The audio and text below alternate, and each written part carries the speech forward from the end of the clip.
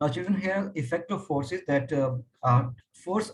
Everybody aware that force is a push or pull on any object. But I want to discuss more on the effect of forces here, children. With the help of force, what you can do. This is also you have studied in your grade 6, grade 7, grade 8 onwards in physics. So what are the effects of forces? The first effect that, children, you can change the shape of object, you can change the size of object, you can increase or decrease the speed of the object and change the direction of the object. So all these points you are already aware. These are the effect of a force, that you can make certain changes in any object with the help of what? With the effect of force. Now, this is already all things that you are discussing in your lower classes. But children, that a new topic about the force is just look on this picture, children. Look on this picture, and on this picture that there are two forces. Please pay attention for this topic, children. This is another important topic. Let me write here. This is an important topic. And the topic heading I can write here: resultant force. Resultant force or effective force. This is the heading of this topic according to this diagram. Now, children, here what you can see on this ball, there are two forces. First force is 5 Newton and the second force is 3 Newton, or the first force is 3 Newton and the second force is 5 Newton. But the difference in these two forces that one is acting from left to right and the other force is acting from right to left side, from right to left. Now, in this case, the question is, what is the resultant force acting on this ball? Let me write resultant force F total, or sorry, F total R. What is this resultant force acting on this ball? Anyone from ninth class? Resultant force on this ball. Is this 8 newtons from the right to the left. Who said this? May I know your name, please? Arjun. Yes, sir. Now here, children, that if some of you are confused here, how Arjun said this is 2 Newton, it can be 8 Newton, or it may be some other value. Now here, to understand the meaning of the resultant force, children, resultant force means finally in what direction this object will move. I can see here that the magnitude of this force means, children, 5 Newton force is greater than 3 Newton force. So it means that overall this ball will move in this direction from right to the left, because the right hand side force means the force applied, the force acting towards the left hand side is higher compared to the force acting towards the right hand side. So that it's very simple that this ball will go to the left side. So to calculate the resultant force, you have to remember, as force is a vector quantity, children, and vector signs are very important. If I take the force acting to the left side is minus 5 Newton. Actually, remember what happens. A resultant force always written F1 plus F2. This is the meaning of the resultant force, F1 plus F2. Now, some of the students will say, sir, if it is F1 plus F2, then it will be 5 Newton plus 3 Newton, 8 Newton. No. You, in resultant force, you have to add that force according to the sign convention, children. According to the, what is the sign? This force is acting towards the left hand side, and I will take this is minus value. And 3 Newton is acting towards the right hand side, I will take it to the positive value. So minus 5 plus 3 is equal to minus 2 Newton. Means what is the magnitude of the force? Magnitude of the force is 2 Newton. What about this minus sign here? This minus sign only telling us about the direction of the resultant force, that the resultant force is acting towards the left hand side. The resultant force is acting towards the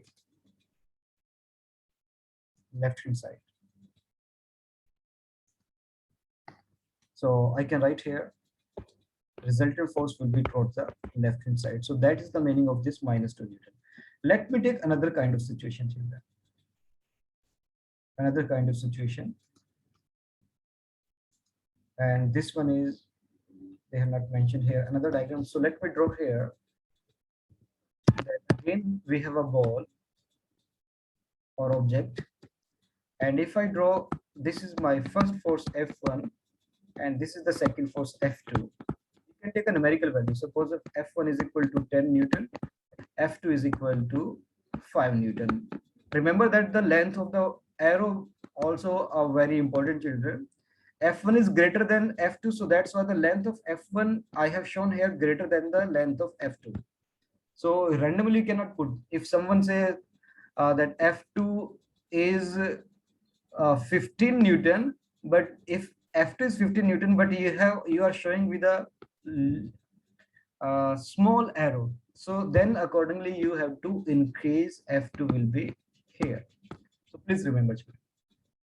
So now let me take that F1 and F2, 10 and 15. So in this case, what is the resultant force acting on the ball? Or resultant force means what is the overall effect of the force, and due to that force, in what direction object will move, right side or to the left side, children? In this case, the object will go to the left side or right side, right hand side. Ninth class. It will go to the left-hand side. Only one student is replying, children. What about the other students? Are you listening, ninth class? Yes, sir. Your class discussion is important, children, that the teacher's remarks or comments will be based on your class performance.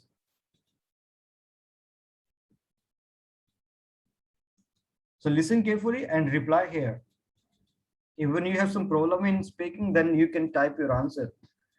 So resultant force is the sum of F1 and F2. So F1 is 10, F2, this is 10, not 16, children. This is 10. 10 plus F2 is 15, so 25 Newton. So the resultant force acting on this ball is 25 Newton. Now it is not 15, it is not 10, but the resultant force is 25 Newton. And due to 25 Newton force, this object is moving to the, will move to the right hand side. Now the another third situation, suppose again I will draw this ball, and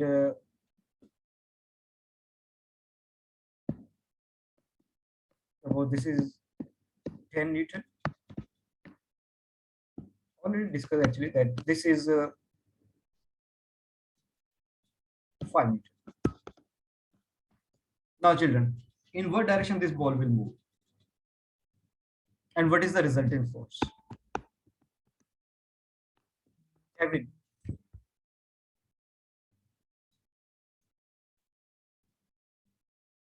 Kevin Ryan. What is the resultant force in this case? No, sir.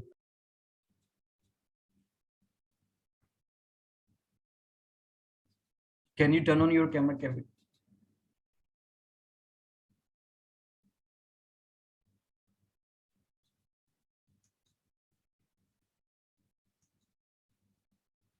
Satvik Sharma.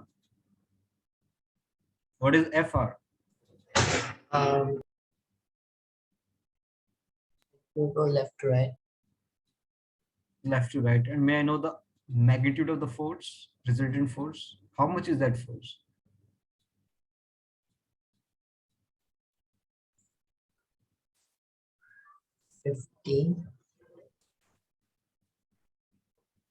Jennifer? Yes, sir. What is the resultant force? Magnitude of the resultant force?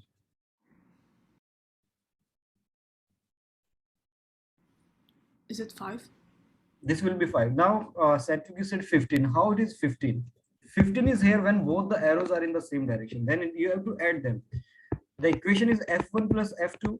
But remember, for the sign you have to use, because force is a vector quantity and direction is very important.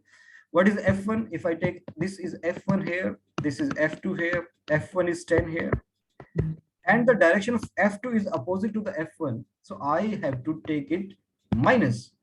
I have to take it minus 5.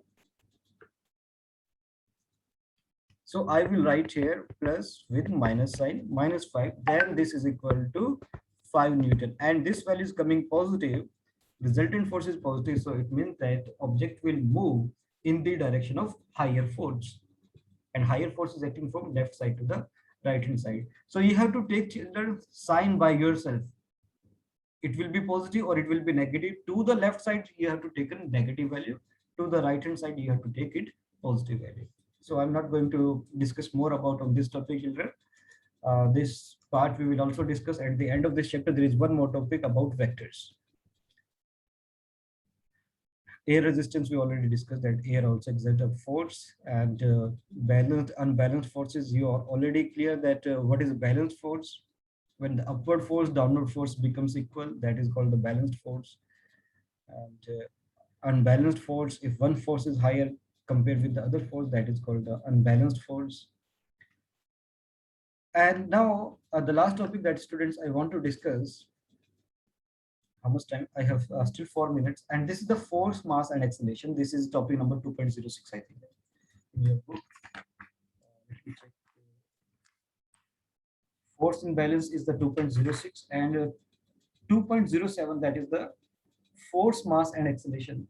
Force, mass and acceleration, this is nothing, children, but remember there is a relation between force, mass and acceleration. This was given by a very famous scientist, that Isaac Newton, and he gave a very famous mathematical equation, and that is force is equal to mass multiplied by acceleration.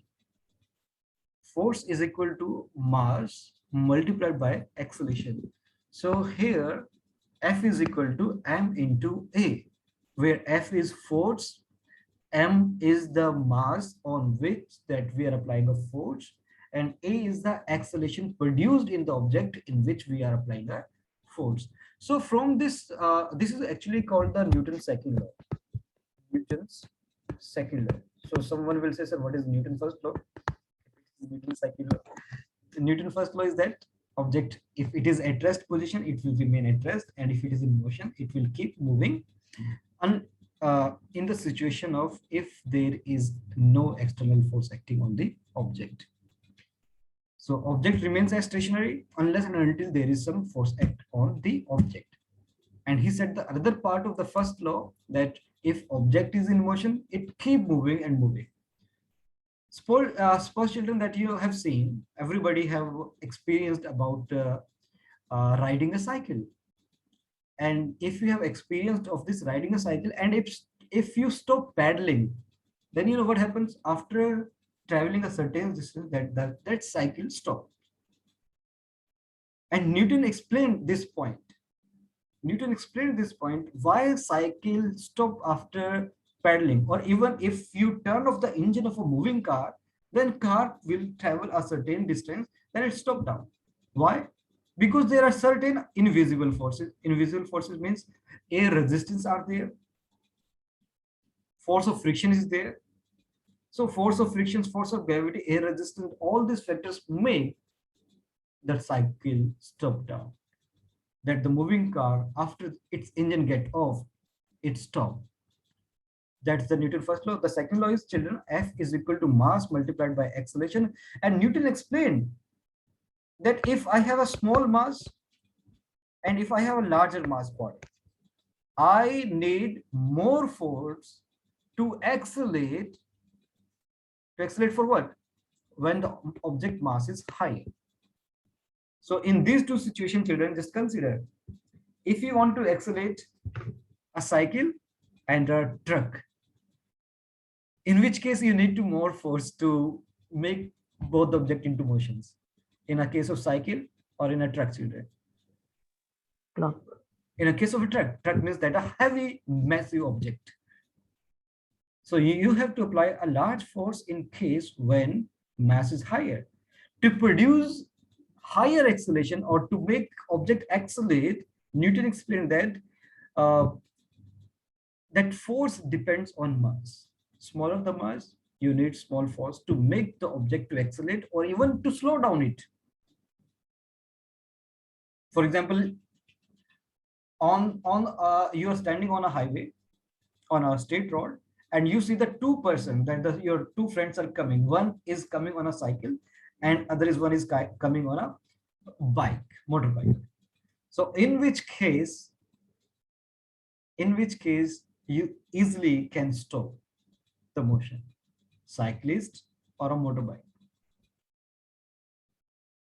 Definitely I can stop cyclist, okay, by considering that cyclist is moving with a low speed and motorbike is also moving with a low speed. So in that situation, if I apply I with my force, I can stop a cyclist, but to stop a motorbike, I need apply more force. I need 2 3 4 students, 2 3 4 friends to make that the bike stop. That was the explanation given by Isaac Newton with the famous equation that F equal to mass into acceleration. And in exam, children, remember this force is the effective force, total force, resultant force acting, and it's not about the force you need to calculate. Sometimes force value is given, acceleration is given. Okay, this is given value, force is given, acceleration is given, and you have to calculate mass. Mass, how you can calculate? Mass is equal to force divided by acceleration. Sometimes you will find mass is given, force is given, you can calculate acceleration. So these are the things, children, that I want to discuss with you. What is this force, mass, acceleration? Go through it from your textbook, children. In our next class, we are going to discuss our next topic, that is the circular motion. For any doubt, children, for any queries, please WhatsApp me. Okay.